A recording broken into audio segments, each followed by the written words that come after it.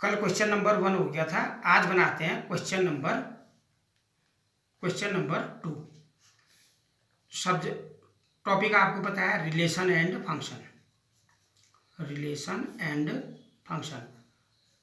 ये क्लियर अगर किसी को नहीं हुआ है तो मुझे फेसबुक में या जो मेरा लिंक है उस लिंक में कमेंट भेज दीजिए। मैं इसको आपको ये चाहता हूँ कि हर बच्चे को अच्छी तरह समझ में आ जाए। बस हर बच्चे को ऐसे समझ में आ जाए कि उसको दोबारा पढ़ने की ज़रूरत ही ना पड़े। मैं कोशिश करूँगा। अब मैं दूसरा क्वेश्चन बनाता हूँ। क्वेश्चन नंबर 2 नोट कीजिए। ये कि वास्तविक संख्याओं के समुच्चय R में R equal to A B such that A is less than और इक्वल टू बी स्क्वायर द्वारा परिभाषित संबंध R न तो स्वतुल्य है, न संक्रामक और न ही सममित। तो देखिए, वास्तविक संख्याओं का समुच्चय R equal to A B such that A is less than और इक्वल टू बी स्क्वायर।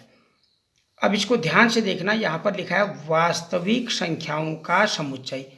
जैसे हमारे पास ये सपोज करिए वास्तविक संख्या है,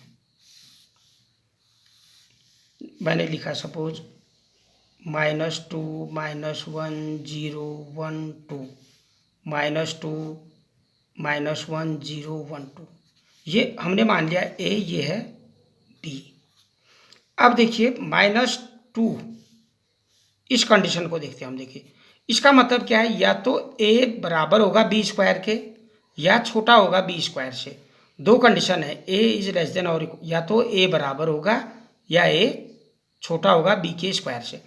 अगर हमने ए भी -2 लिया, बी भी -2 लिया, तो इधर देखिए -2 और बी का स्क्वायर माने -2 का स्क्वायर 4, तो ये तो लेस देन हो गया।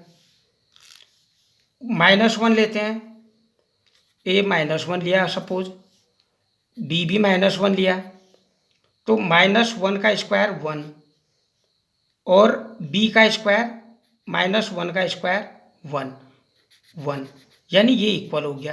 यानी सारी कंडीशन ट्रू हो रही है। लेकिन हमें सिद्ध क्या करना है, न तो स्वतुल्य है, न ही संक्रामित और न ही सममित।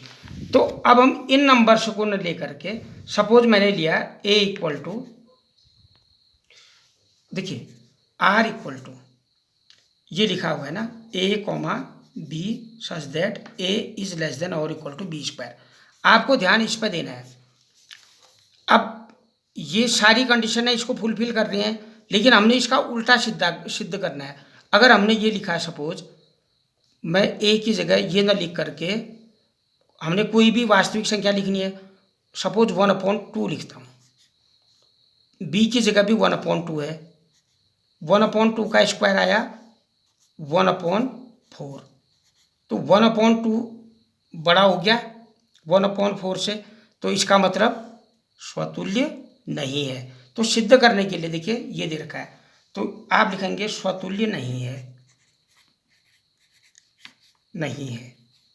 क्यों नहीं है स्वतुल्य?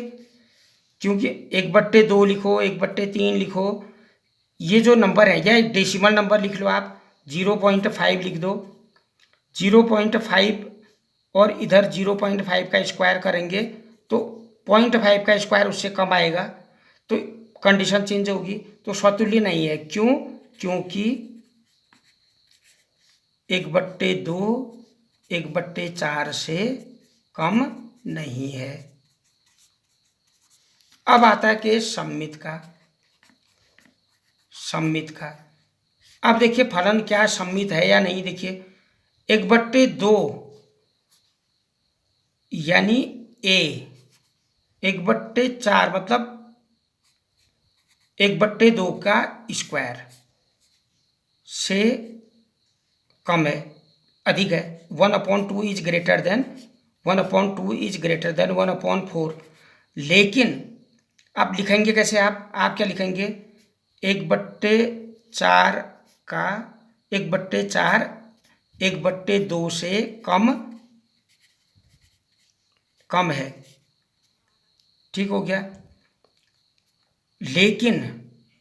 लेकिन 1/2 1/4 से कम नहीं है, कम नहीं है। 1/4 1/2 से कम है, लेकिन 1/2 1/4 से कम नहीं है। तो इसका मतलब सममित भी नहीं है, सममित नहीं है। अब आता है संक्रामक का। अब ये रिलेशन को दिमाग में रखना आप, a इज लेस देन और इक्वल टू b²। सपोज हमने a इक्वल टू 2 रख दिया या 3 रख दिया, b इक्वल टू -3 रखा, c इक्वल टू -1 रख दिया। अब देखिए पहले a कंडीशन में क्या पूछा है, a इज लेस देन और इक्वल टू b²। अब देखिए, और हम ऐसे कहते हैं a b belongs to R और b c belongs to R, then it must a c belongs to R. तो अब देखिए ए की जगह क्या है 3, b² मतलब -3 का स्क्वायर कितना हुआ है +9, उससे ज़्यादा है, ठीक हो गया, कोमा। अब b की जगह ये आ गया हमको -3 मिल गया, कोमा, c की जगह हमने -1 लिखा। और ध्यान रखना है इस पर, यहाँ पर देखिए 3 लेस छोटा है 9 से, 3 छोटा है 9 से। अब क्या ये 3 इसके स्क्वायर से कम है, ये ध्यान में रखना है। क्या 3 -1 के स्क्वायर से कम है? नहीं है, क्योंकि 3, -1 मिला हमें। तो 3 जो है 3 माने ए बी के स्क्वायर से कम नहीं है, ए बी के स्क्वायर से कम नहीं है। इसका मतलब संक्रामक भी नहीं है, नहीं है।